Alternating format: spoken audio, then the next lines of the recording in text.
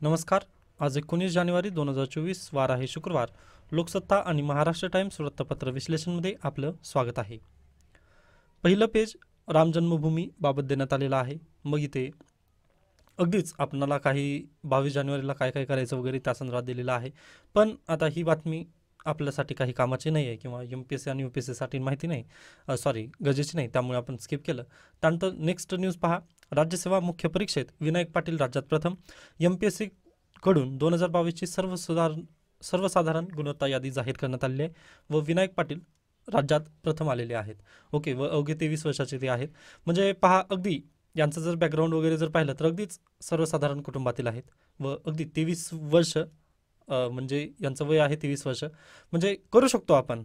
Okay, आता जे video सध्याला विद्यार्थी पाहत आहेत ते MPSC 2025चे आय थिंक विद्यार्थी असतील. पहा, तुम्ही पण करू शकता. हे नक्की तुम्ही एक गाठ बांधून ठेवू शकता. ओके, म्हणजे त्यानंतर पुढे चला. आता इथे ही बातमी आपल्यासाठी काही गरजेची नाही आहे, त्यामुळे स्किप केलं मी.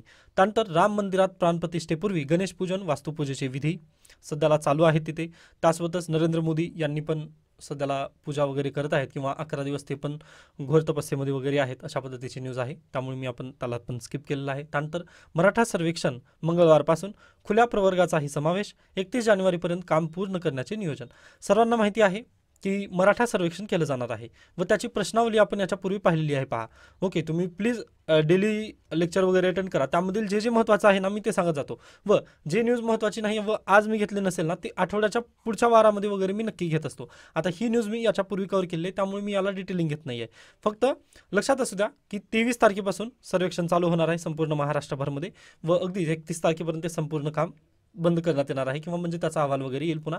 त्यानंतर मराठा आंदोलन करण्यावर जरांगे मात्र ठाम आहेत. आता पाहूयात, अगदी जो हे आहे काय म्हणतो आंदोलनाचा जो इश्यू आहे त्याला निववण्यासाठी यांनी म्हटलेलं आहे की 23 तारखेपासून आम्ही करणार आहोत, म्हणजे काम चालू वगैरे करायचं आहे. पण अगदी जे जरांगे पाटील आहेत त्यांनी मात्र आंदोलनापासून मागे वगैरे हटण्याचं हे केलेलं आहे, म्हणजे त्यांनी आंदोलन करण्यावर मात्र ठामच आहेत.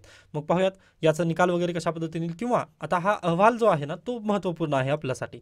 ओके, तो अहवाल आल्यानंतर अगदीच त्याला सुप्रीम कोर्टामध्ये पण मदत मिळेल व अगदीच जे महाराष्ट्र राज्य सरकार आहे तिथून काय आरक्षण मिळेल. मग आरक्षण मिळाल्यानंतर पहा, ही केस अगदी हायकोर्टात जाईल, पण हायकोर्टामध्ये ही केस टिकणार नाही व डायरेक्टली ही केस सुप्रीम कोर्टामध्येच टिकेल व तिथे आपल्यासाठी हे खूप गरजेचं आहे. त्यामुळे सध्याला ही जी न्यूज आहे ना ती बनत आहे. आता सध्याला इथं आहे, उद्यापासून हे इथं वगैरे जाईल, म्हणजे जसं जसं सर्वेक्षणाचे टप्पे वगैरे पाड जाईल हे अशा पद्धतीने सुप्रीम कोर्टात जाईल. मग इथून आपल्याला ही बेसिक पाया वगैरे हे करण्यासाठी आपल्याला खूप मदत करेल. म्हणजे ही न्यूज काय आहे तर ही मेकिंगमध्ये आहे न्यूज, त्यामुळे आत्ता त्याची तुम्ही काळजी वगैरे नका करू. ओके, जसं जसं पुढे जाईल तसं तसं मी वेळोवेळी तुम्हाला अपडेट देणार आहे. त्यानंतर पुढची न्यूज पहा. पाकिस्तानचे इराणला प्रत्युत्तर. सर्वांना माहिती आहे, काल आपण पाहिलेलं होतं की म्हणजे इराण आहे, इराणने काय केलेलं आहे, पाकिस्तान आणि इकडे बाजूला कोणतं इराक, या दोघांवरती पण त्यांनी हल्ला करण्याचा प्रयत्न केला किंवा म्हणजे तशा पद्धतीने जे त्यांचं हे होतं करार वगैरे होते त्याला त्यांनी बाधा आणली, बरोबर. मग पाकिस्तानवर त्यांनी हल्ला केल्यानंतर पाकिस्तानने लगेच त्याला प्रत्युत्तर दिलेलं आहे व पाकिस्तानचे सध्याला काळजीवाहू पंतप्रधान दावोस येथे मीटिंगला गेलेले आहेत, बरोबर. मग त्यांनी पण काल आलेले आहेत. मग अगदीच त्यांचं हे झालं, म्हणजे काय म्हणतो काल चकमक वगैरे झाली व त्यामध्ये इराणचे 9 ठार झालेले आहेत. हे इकडं पाकिस्तान आहे, त्यानंतर मध्ये आहे इराण आणि त्याच्या बाजूला आहे इराक. ओके, तुम्ही एकदा हा मॅपिंग वगैरे एकदा पाहून घ्या. UPSCचा फेवरेट टॉपिक आहे. ओके, किंवा UPSC विचारलं जातं वर्ल्ड मॅपिंग. ओके, त्यामुळे हे अगदी गरजेचं आहे. त्यानंतर पुढे चला. बाकी पहा, दुसरी एक न्यूज महत्त्वाची आहे. मौनात धावणाऱ्या वाहनांना लवकरच आवाज. सर्वांना माहिती आहे, पहा आता तुम्ही आजूबाजूला वगैरे स्कूटी वगैरे पाहत असाल किंवा व्हॅन वगैरे पाहत असाल.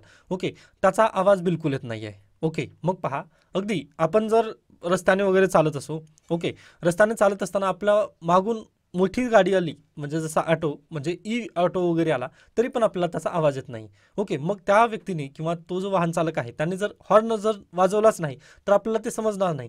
त्यामुळे अगदीच तो हिट अँड रन होईल तिथं किंवा ॲक्सिडेंट आपल्याला नक्की होणार आहे.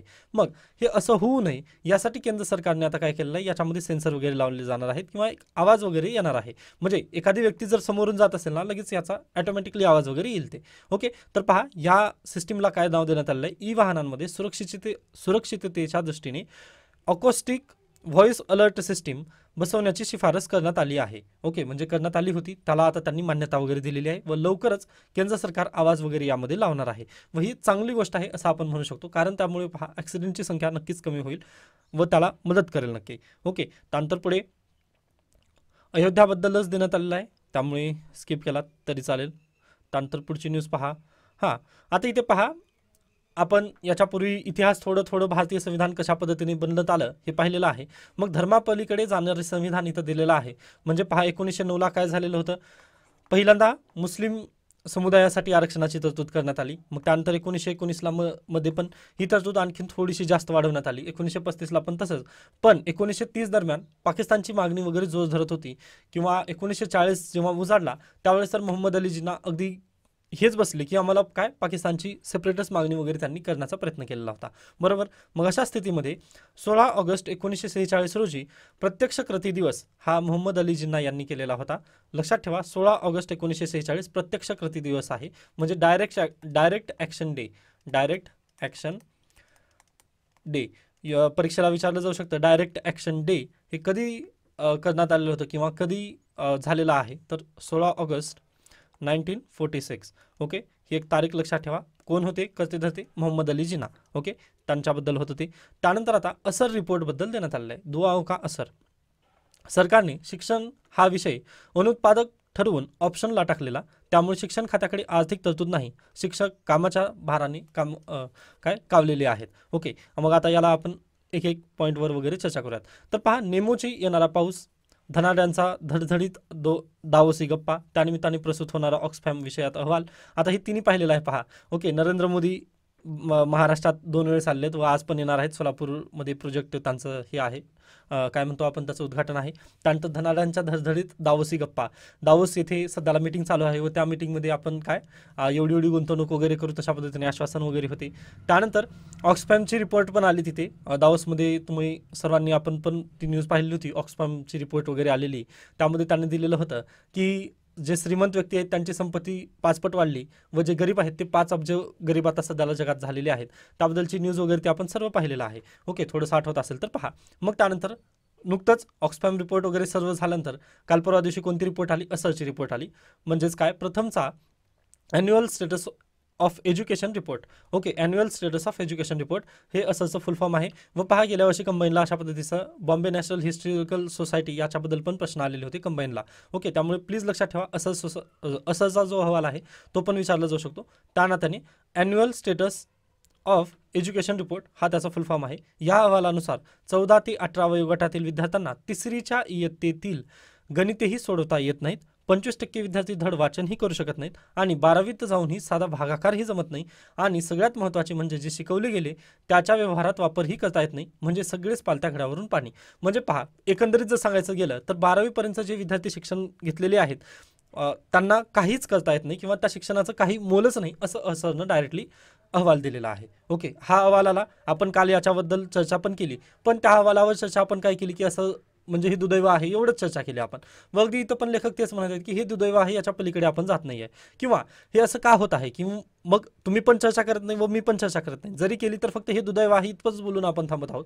याचे सोल्युशन आपण काढत नाही. का काढत नाही? कारण आपलं राजकारण. ओके, राजकारणी आपल्याला अगदीच त्याच पद्धतीने म्हणजे आपला अगदीच गोलू म्हणूनच ठेवण्यात वगैरे कदाचित जास्त प्राधान्य वगैरे देत आहेत असं लेखकाचं इथं म्हणणं आहे. त्यामुळे पहा, राजकारणाने इथं काय ऑप्शनल करून टाकलेला आहे विषय. ओके, त्यांच्या नजरेपुढे कोणता विषय आहे प्राधान्य? अगदीच आता बोलू नये, पण तुम्हाला पण माहिती आहे. पण आपण त्याला म्हणू शकतो, एकीकडे राम मंदिर आहे, त्यानंतर दुसरीकडे स्टॅच्यूज वगैरे आहेत. ओके, हे 2 पॉईंट. त्यानंतर तिसरीकडे काय आहे? अगदीच काय म्हणतो आपण त्याला, फ्री राशन सिस्टम. ओके, आता ती पण चांगली आहेत. पहा, सर्व गोष्टी चांगल्या आहेत, परंतु डॉक्टर बाबासाहेब आंबेडकर यांच्या विचारातून तुम्ही प्रयत्न करा, पाहण्याचा प्रयत्न करा. जर तुम्हाला आपल्या देशाला जर पुढे न्यायचं असेल किंवा अगदीच स्वतःचा विकास वगैरे जर करायचा असेल तर तुमच्याकडे कोणतं एक शस्त्र आहे जे की चांगल्या पद्धतीने तुम्ही त्याचा वापर करून सर्व काही करू शकता? तर एक आहे फक्त शिक्षण. ओके, शिक्षणाशिवाय तुमच्याजवळ कोणताच पर्याय नाही. पहा, ओके, आता पहा, जे विद्यार्थ्यांचं म्हणजे जे गरीब आणि होतकरू विद्यार्थी त्यांच्यासाठी म्हणतोय मी. ओके, बाकी तुम्ही दुसऱ्या पर्स्पेक्टिव्हने प्लीज विचार करू नका, कारण हे ज्या गोष्टी बोलतोय मी हे खूप कदाचित एखाद्या विद्यार्थ्याला वगैरे लागतील मनाला. ओके, पण प्लीज त्या विद्यार्थ्यांनी इथंच व्हिडिओ स्टॉप करा, कारण UPSC म्हटल्यानंतर किंवा MPSC म्हटल्यानंतर तुम्ही राजकीय पंखे जर झालात तर ह्या व्हिडिओला वगैरे प्लीज पाहू नका. व डॉक्टर बाबासाहेब आंबेडकर यांनी 1949 मध्ये जे भाषण झालं त्या भाषणामध्ये पण त्यांनी हेच म्हटलं होतं की मला भीती याचीच आहे की हे जे संविधान आपलं बनवण्यात आलेलं आहे हे किंवा जे स्वातंत्र्य मी दिलेलं आहे ते असंच टिकून राहील का नाही, याबद्दलच त्यांनी भीती व्यक्त केली होती.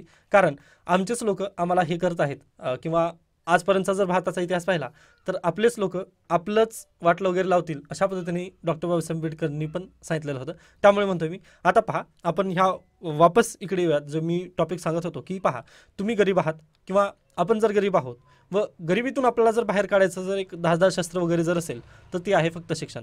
त्यामुळे डॉक्टर बाबासाहेब आंबेडकरांनी म्हटले होते पहिल्यांदा शिका, संघटित व्हा आणि संघर्ष करा, अशा पद्धतीने म्हटले होते. पण आज पहा राजकारण्यांची बाहुली झाली, ओके ठीक, ते तिथपर्यंत ठीक आहे. पण राजकारण्यांसमोर कोणते विषय महत्त्वाचे आहेत? आता पहा 12वी पर्यंत शिक्षण घेतलेले विद्यार्थ्यांना भागाकार पण येत नाही किंवा काहीच करता येत नाही. ते शिक्षण घेतले मान्य आहे पण त्या शिक्षणाचा उपयोगच काहीच नाही. तर मग असं करून 12 वर्ष आयुष्याची त्यांचा काय फायदा झाला?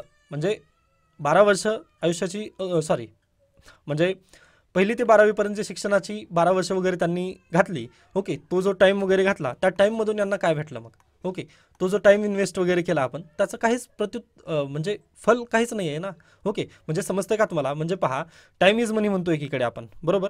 टाईम इज मनी जर असेल तर तुमचा जो पैसा वगैरे जो सर्व वेळ वगैरे जे आहे ना ते सर्व वाया गेलेले आहे, ते वेस्टफुल एक्सपेंडिचर आपलं झालेलं आहे किंवा इन्व्हेस्टमेंट वेस्ट होती असं इथं आपल्याला कन्सिडर करावं लागतं. ओके, मग यासाठीच लेखक म्हणतात आपल्याला 2020 मध्ये एक आशा कशामुळे दिसली होती? पहा नवीन एज्युकेशन पॉलिसी आली, ओके, मग नवीन शैक्षणिक धोरण आलं. पण आज किती आहे? 2024 आहे व त्यांनी म्हटले होते की 2022 पासून आपण राज्यभरामध्ये किंवा देशभरामध्ये आपल्याला काय नवीन शैक्षणिक धोरण लागू झालेलं दिसून येईल असं म्हणण्यात आलेलं होतं. पण आज सध्याला त्याला प्राधान्य देण्यात आलेलं आहे का?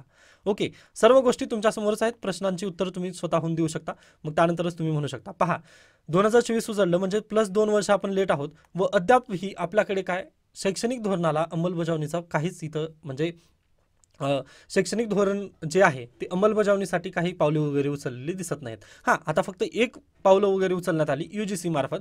UGCने काय बंद केलेलं आहे? MPhil बंद केलं, ओके. पण MPhilचं बंद करून काही तिथं हे झालं का? आपल्यासाठी बेनिफिट वगैरे झालं का? आता काही विद्यार्थ्यांचं झालं म्हणा, तसं काही नाही आहे. पण जे पहिलीपासून जे विद्यार्थी शिक्षण वगैरे घेत आहेत त्यांचं काही बेनिफिट वगैरे याबद्दल झालं का? बिलकुल नाही. त्यामुळे नवीन शैक्षणिक धोरण अद्याप इथं राबवलंच गेलं नाही, ही एक महत्त्वाची चिंता आपल्याला इथं व्यक्त होते. म्हणजे पहा राजकारण्यांनी प्राधान्य दिला होता पण कदाचित तो जे गोल्स वगैरे आहेत त्याच्यामध्ये ही धूळ खात पडलेली आपल्याला इथं बेसिकली दिसत आहेत. ओके, त्यानंतर पुढे चला. आता हे पण पहिला मुद्दा आपण, ओके.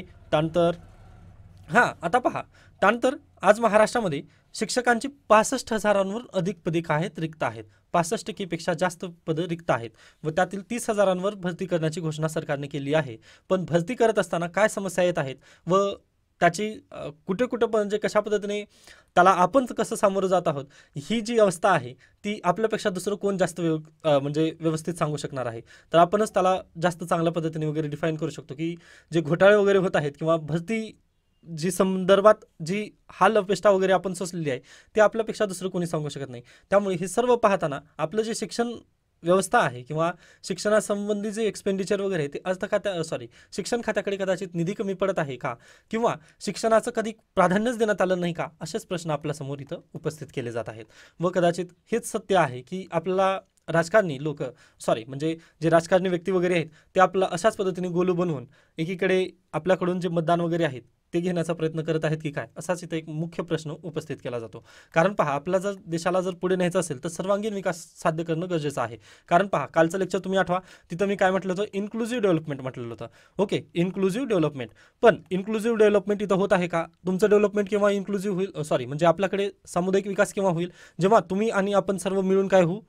अगदी सक्षम होऊ. पण आज सध्याला किती टक्के? 2% व्यक्तीच काय टॅक्स वगैरे भरू शकत आहेत, मग ते सक्षम झाले व आपण काय 98% बिलकुल सक्षम नाही आहेत. ओके, म्हणजे आपल्याकडे शिक्षणाचा पण अभाव आहे असं आपण नक्की म्हणू शकतो.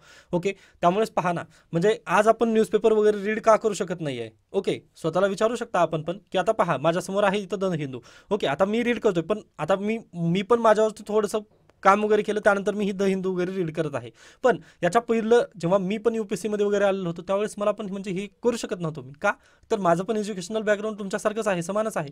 त्यामुळे आपल्याकडे ही समस्या आहेत. ओके, तर या निमित्ताने आपला एक उद्देश किंवा हा लेखचा एक काय म्हणतो आपण, हा जो लेख आहे, या लेखमधून हेच सांगण्याचा प्रयत्न केला जात आहे की शिक्षणाला कदाचित आपण प्राधान्य देणं अगदी गरजेचं आहे. अन्यथा आपल्या देशाचं जे इन्क्लुझिव्ह डेव्हलपमेंट वगैरे आहे, तो होणं कदाचित खूप धुसर वगैरे आहे चित्र, असंच लेखकाचं पण इथं म्हणणं आहे. पण आता ह्या असरची जी रिपोर्ट आहे, याला खरंच आपण सिरियसली घेतो का, किंवा आपण परत एकदा हे दुर्दैव आहे, दुर्दैव आहे, दुर्दैव आहे असंच म्हणून याला स्किप करतो, यावरती खूप महत्त्वाचं इथं रोल ठरणार आहे, असंच इथं लेखक पण म्हणत आहेत. ओके, आता पहा, याच्यामध्ये काही माझे पण इनपुट होते व काही लेखकाचे इथं ऑलरेडी देण्यात आलेले आहेत. आता अशाच पद्धतीने थिंकिंग वगैरे करत तुम्हाला प्रत्येक गोष्टीचं वगैरे करायचं आहे. ओके, तर ही झाली आजचा लेख. त्यानंतर पुढे चला, HDFC बँकेच्या संभाव्य मूल्याची वाताहत कशामुळे. सर्वांना माहिती असेल, काल शेअर मार्केट अगदीच खाली खूप कोसळला, म्हणजे परवा दिवशीपासून खाली कोसळण्याचं चालूच होतं, मग काल पण अगदीच कोसळला. त्याचं नेमकं कारण काय आहे, HDFC बँक. ओके, HDFCने 3 जे क्वार्टरली जी रिपोर्ट असते ना, ती समोर आणली व त्या रिपोर्टमध्ये थोडंसं त्यांचं काय म्हणतो आपण, याच्यापूर्वी पहा, HDFCची जी दुसरी शाखा होती ना, त्यांचं विलगीकरण करण्यात आलेलं होतं. म्हणजे जे गृह लोन द्यायची पूर्वी HDFC प्लस, ओके, हे जे गृह लोन देणारी कंपनी होती ना, तिचं आणि HDFC बँक ह्या दोन्हींचं काय करण्यात आलं, जुलै महिन्यामध्ये मर्ज करण्यात आलं. ओके, म्हणजे त्या एकत्रीकरण करण्यात आल्या. मग एकत्रीकरण झाल्यामुळे काय झालं पहा, यांच्या जे बँकेचं जे त्यांचं बॅलन्स रिपोर्ट असते ना, त्याच्यावरती थोडंसं ताण निर्माण झालेला आहे. त्यामुळे भारतातील जे व्यक्ती वगैरे जे गुंतवणूकदार आहेत, ते गुंतवणूकदार HDFCमधून वगैरे पैसे काढून घेत आहेत. व परवा दिवशीची आणखीन एक रिपोर्ट काय झालेली आहे, इराक आणि पाकिस्तानवरती आक्रमण. ओके, या घटनेमुळे पण इथं निगेटिव्ह सेन्स आला. ओके, त्यासोबतच मालदीव, लक्षद्वीप, अशा पद्धतीने म्हणजे सगळी बाजूने आशिया खंडात सध्याला थोडंसं प्रॉब्लेमॅटिक सिच्युएशन वगैरे तयार होत आहे. त्यामुळे ग्लोबली जे इन्व्हेस्टर्स वगैरे भारतामध्ये पैसे गुंतवणूक वगैरे केले होते ना, त्यांच्यावर इथं काय झाला, त्यांनी परिणाम वगैरे थोडंसं दिसलं त्यांना, वगैरे निगेटिव्ह न्यूज दिसल्या भारतासंदर्भात वगैरे. त्यामुळे त्यांनी काय पैसे वगैरे काढून घेतले. पैसे काढून घेतल्यामुळे झालं काय, तर अगदीच आपलं जे मार्केट वगैरे होतं, शेअर मार्केट, ते अगदी डाऊन झालेलं आपल्याला काल समजून आलेलं आहे. ओके, तर ही त्या संदर्भातची न्यूज आहे. बाकी पहा, हे पण आपल्यासाठी गरजेचं नाही, परंतु जर तुम्ही UPSCचे पेपर जर पाहिलात ना, तर त्यामध्ये काय बारीक बारीक गोष्टी येतात. म्हणजे जसं शेअर मार्केटमधील बॉन्ड पेपर म्हणजे काय वगैरे, तशा पद्धतीचे ते न्यूज येतात. त्यामुळे तुम्ही पण शेअर मार्केटमध्ये थोडंसं रुची वगैरे घ्यावी, किंवा तुम्हाला पण ते थोडंसं माहिती असावं, या संदर्भात मी ह्या न्यूज वगैरे घेत असतो. ओके, त्यानंतर पुढील राजकारण आहे. तर अशा पद्धतीने आपण इथं हे थांबूयात. त्यानंतर विवाह लोकसत्ताचं मिनी मॅगझिन आहे, काही गरजेचं नाही, स्किप करा. त्यानंतर आता महाराष्ट्र टाइम्स येतं. महाराष्ट्र टाइम्समध्ये 2 बातम्या अगदी गरजेच्या आहेत. आता पहा, सर्वात मोठी न्यूज आहे ही, क्लास प्रवेश 16व्या वर्षी केंद्रीय शिक्षण मंत्रालयाची मार्गदर्शक तत्त्वे जाहीर. म्हणजे पहा, आतापर्यंत पहा, आपल्याकडे अगदी असंची पण रिपोर्ट आली व हे तर खूपच शुभ झालं असं म्हणू शकतो आपण. लोकसत्तामध्ये मला ही न्यूज दिसली नाही, पण अगदी लोकमत आणि महाराष्ट्र टाइम्समध्ये ही न्यूज आहे, पहिल्याच पेजवरती आहे. त्यामुळे आता आपण याच्याबद्दल चर्चा करूयात. तर पहा, सर्वांना माहिती आहे, म्हणजे जे शाळेत जाणारे विद्यार्थी तुम्ही पाहिलेच असताल, व त्यांच्या पाठीवरची ओझं वगैरे जर पाहिलात, तर अगदीच आपल्याला पण थोडंसं हे वाटतं की बाबा, एवढं तरी की कशा पद्धतीने यांच्यावर ओझं वगैरे लादलं जात आहे. त्यानंतर शाळेतून आल्यानंतर लगेच ते क्लासला वगैरे जातात, पण ते आता क्लासेस बंद होणार आहेत. केंद्रीय शिक्षण मंत्रालयाने मार्गदर्शक तत्त्वे जाहीर करत म्हटलेलं आहे की विद्यार्थ्याच्या 16व्या वर्षापर्यंत त्याला क्लासमध्ये प्रवेश घेता येणार नाही. म्हणजे 16वं वर्ष झाल्यानंतरच तुम्हाला क्लासमध्ये वगैरे प्रवेश घेण्यात येईल. म्हणजे तुम्हाला 16व्या वर्षाच्या अगोदर क्लास लावता येणार नाही. आता पहा, मी अगदीच पाहिलेलं आहे, जेव्हा मी डिस्ट्रिक्टला जातो त्यावेळेस तिथं पाहिलेलं आहे की JEEची तयारी किंवा जे नीटची वगैरे जी तयारी आहे, ती तुम्ही विद्यार्थ्याकडून 8वीपासूनच तयारी करून घेता. व 8वीच्या विद्यार्थ्यांना स्कॉलरशिप वगैरे अशा पद्धतीने, म्हणजे ते दाखवण्याचं वगैरे लोभ वगैरे दिलं जातं, किंवा न्यूजपेपरमध्ये पण पूर्वी तशा ॲड यायच्या. ते खूप बेटर झालं असं मला वाटतंय. कारण पहा, 8वीच्या विद्यार्थ्यांना त्याला काहीच माहिती नसतं. तशा वेळेस तुम्ही काय त्याला किंवा जे घोड्याची रेस असते ना, तशा पद्धतीने त्याला पळवत असता. व आईवडील फक्त, म्हणजे पहा, 8वीच्या विद्यार्थ्याला काय समजतं, जेव्हा आपण होतो 8वीला तेव्हा काय आपण केलेलं आहे ते सर्वांना माहिती आहे. तर पहा, आईवडील सांगितले की अगदी तशा पद्धतीने लगेच विद्यार्थ्याला वगैरे त्या क्लासेसला वगैरे टाकलं जातं, परंतु त्याला त्याची कशात रुची वगैरे ते काहीच तेव्हा विचारलं जायचं नाही. मग यासाठीच ही नवीन मार्गदर्शक तत्त्वे आलेली आहेत व ही खूप चांगली आहेत. पहा, यामुळे ना कोचिंगचा जो धंदा वगैरे याच्यापूर्वी चालायचा, तो कदाचित आळा येणार आहे व विद्यार्थ्यांच्या मनावरचं जे ओझं वगैरे आहे, किंवा जो ताण त्याला दिलं जायचं पूर्वी, ते आता खूप कमी होणार आहे. त्यामुळे पहा, 16व्या वर्षापर्यंत तुम्हाला कोचिंगचं टेन्शन वगैरे नाही आहे. 16व्या वर्षानंतर तुम्ही घेऊ शकता प्रवेश, पण तिथे पण अटी दिलेल्या आहेत. पहा, उत्तम रँक, चांगल्या गुणाची हमी देण्यास मनाई. आता पहा, तुम्ही पण रेल्वे स्टेशनवर वगैरे पाहिलं असेल AIR 1, ओके, अशा पद्धतीने जे चांगलं उत्तम आमच्याकडेच या, जसं व्हिजन IAS त्यानंतर जस्टी IAS वगैरे आता इथं पण दिलेलं असेल पहा, पण हे आता दिलं नाही आहे. याच्यापूर्वी जर तुम्ही पाहिलात द हिंदू मी पूर्वी घ्यायचं म्हणजे द हिंदूचं ॲनालिसिस याच्यापूर्वी मी घ्यायचं पहा, तिथं व्हिजन IASचे पूर्ण टॉपर वगैरे द्यायचे असे UPSC बाबत AIR1 AIR2 वगैरे तशा पद्धतीने, पण आता ती देण्यास मनाई करण्यात आलेली आहे व UPSCची संदर्भात पण सुप्रीम कोर्टाने ती केस केलेली होती. सुप्रीम कोर्टाकडे ती केस गेलेली होती. तर सॉरी ती सुप्रीम कोर्टाकडे नसून दिल्ली हायकोर्टाकडे केस गेलेली होती व दिल्ली हायकोर्टाने पण तशा पद्धतीने मार्गदर्शक तत्वे जाहीर केली होती की बाबा तुम्ही असं करू शकत नाही, म्हणजे एखाद्याला जे विद्यार्थी वगैरे आहेत त्यांना असं डायरेक्टली प्रमोशन वगैरे देऊन तसं करू शकत नाही. त्यासोबत पहा, जे सिव्हिल सर्व्हिसेसमध्ये सिलेक्ट वगैरे झालेले विद्यार्थी त्यांच्यासोबतचे जे कॉन्टॅक्ट आहेत ते कॉन्टॅक्ट तुम्हाला याच्या नंतर करता येणार नाहीत असं दिल्ली हायकोर्टाने सांगितलं होतं. त्यामुळे आता हे जे ॲड आहेत ना ते व्हिजन IASचे वगैरे ते आता बंद झालेले आहेत व दृष्टी IASने हे फक्त प्रायमर वगैरे देत आहेत सध्याला. ओके, हे दृष्टी IASचं प्रायमर आहे, त्यामुळे याचं काही इफेक्ट होणार नाही. पण पूर्वी जे AIR1 वगैरे ते बंद झालेलं आहे. मग आता तसंच अगदी इथं पण म्हटलेलं आहे, जे क्लासेस आता चालणार आहेत त्या क्लासेसचं अशा पद्धतीने लावायचं नाही आहे, त्यांचे होल्डिंग वगैरे काढून टाकायचे, म्हणजे त्यांनी तसं हमी वगैरे द्यायचं नाही आता. ओके, किंवा पहा आपल्याकडे पण म्हटलं जातं की बॉन्ड पेपरवर लिहून देतो व PSI वगैरे बनवण्यात येईल, अशा पद्धतीने आहेत कोचिंग काही.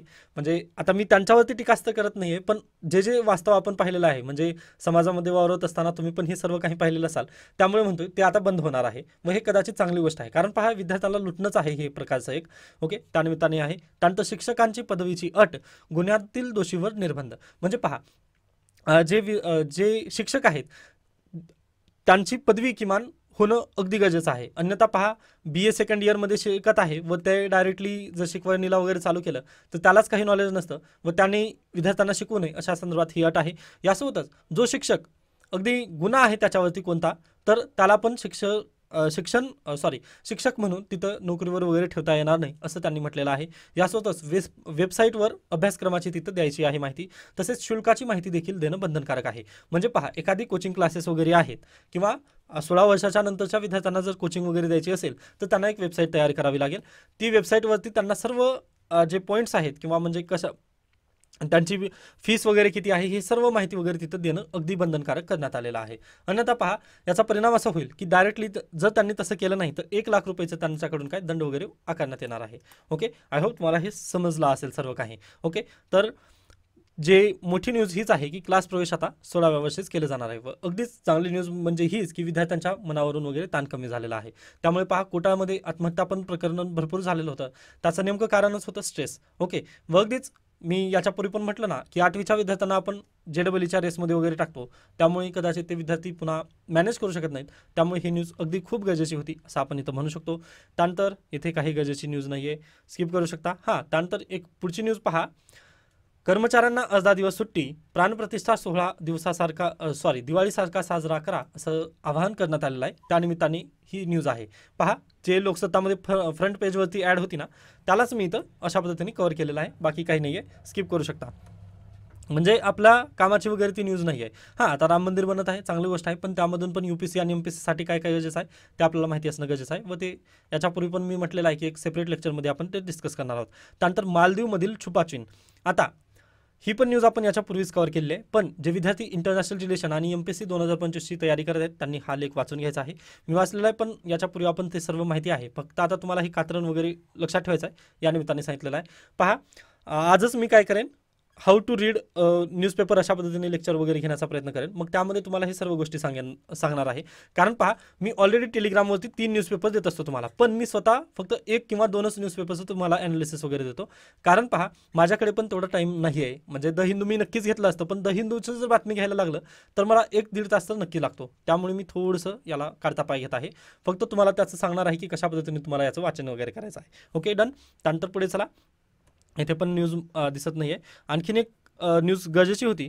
इथे आहे पहा, GM मोहरीबाबत निकाल राखीव. सर्वांना माहिती आहे, याच्यापूर्वी GM म्हणजे जेनेटिकली मॉडिफाईड जे मोहरी असते त्याला मान्यता दिलेली होती पर्यावरण मंत्रालयाने. ओके, मग त्याच्या विरोधात सुप्रीम कोर्टामध्ये याचिका दाखल करण्यात आली होती.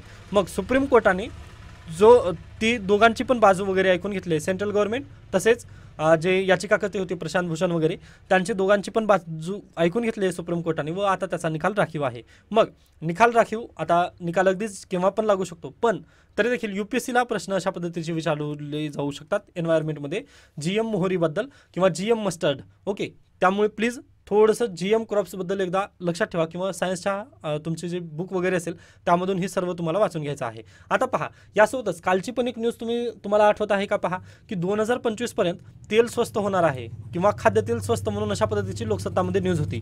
ओके, ते तसं का म्हटलेलं होतं किंवा त्यामध्ये मी सांगत असताना तुम्हाला म्हटलेलं होतं की आपण इंडोनेशियाकडून वगैरे तेल आयात करतो व तसेच तुम्हाला तिथं पण बॅकवर्ड लिंकेजेस दिलं होतं की इकॉनॉमिक सर्वे आल्यानंतर तुम्हाला काय करायचं आहे ते वाचून घ्यायचं आहे एकदा. ओके, मग पहा इथे GM क्रॉप हे आल्यानंतर किंवा जेनेटिकली मॉडिफाईड मोहरी आपण जर अस्तित्वात म्हणजे भारतामध्ये लागवड जर याची चालू केली ना, तर जे आयातवर आपला खर्च होणार आहे ना तो कमी होईल. ओके, त्यासाठी GM मस्टर्ड हे अगदी महत्त्वाचं आहे. आपल्याला माहिती आहे आपण 2022 पासून काय तेल आयात करत आहोत दुसऱ्या देशाकडून, बरोबर. मग त्या देशाचं तेल आयात करत असताना पहा आपल्याला त्यांना काय द्यावे लागतात? पैसे द्यावे लागतात. म्हणजे आपली तिजोरी इथं खाली खाली होत आहे. ओके, मग ही तिजोरी आपली खाली होते, यासाठी पहा आपली तिजोरी आपल्याला भरूनच ठेवायची आहे. मग याचसाठी आपण GM मोहरीला इंट्रोड्यूस केलेला आहे. जसं सोयाबीन आहे पहा, अगदी तशाच पद्धतीने हे मोहरी पण आहे. मोहरीपासून पण आपण तेल काढतो. मग ह्या मोहरीचं आपण जर खाद्यतेलासाठी जर वापर केला तर आपलं हे दुसऱ्या देशावरचं जे अवलंबित्व वगैरे आहे ते कदाचित कमी होईल. यासाठी सेंट्रल गव्हर्नमेंट म्हणत आहे की आम्हाला ह्याची परमिशन द्या. ओके, आय होप तुम्हाला ही गोष्ट समजली व याचे 2 लिंकेजेस तुम्हाला लगेच समजले असतील. ओके, आता पहा या न्यूजचं काय, एक इकॉनॉमिक सर्वेमध्ये पण लिंकेजेस आलं व दुसरीकडे लिंकेज कुठं सायन्समध्ये आहे GM क्रॉप किंवा जेनेटिकली मॉडिफाईड क्रॉप या संदर्भात. त्यामुळे प्लीज अशा पद्धतीने म्हणजे फक्त एकच न्यूज फक्त एकाच दृष्टिकोनातून पाहायचं नाही आहे आपला. तर जैन धर्मामध्ये जशा पद्धतीने अनेकांतवादाचा सिद्धांत आहे ना, अगदी तशा पद्धतीने इथं पण आपल्याला काय अनेकांतवाद यानुसारच आपल्याला इथं पाहावं लागतं. म्हणजे याचे पर्स्पेक्टिव्ह वगैरे चेंज होत असतात सब्जेक्टनुसार. ओके, तर ही अशा पद्धतीची न्यूज होती. तर आता आपण इथे थांबूयात. याबद्दल काही शंका काही सजेशन असतील तर नक्की मला सांगू शकता. धन्यवाद.